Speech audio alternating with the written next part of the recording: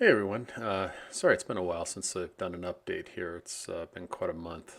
Had some computer problems for a little while, but back in business now. Got a lot done this month.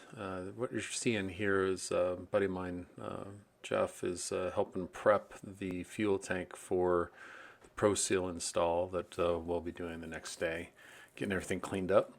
My nephew Nathan decided to join us for a day and came over and helped with the process, as well as my father-in-law.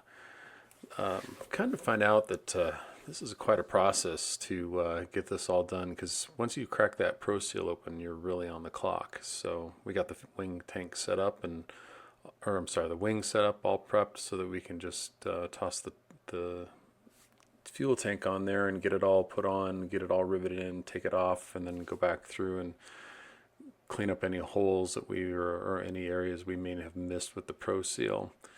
Once got done with that, we pulled out the elevator and got all the parts in for the trim tab, and we're just working through getting that squared away here. We actually got a lot of extra parts that I've been sitting on or waiting on getting in, and this is just us going through and getting that on, getting the trim tab itself actually installed.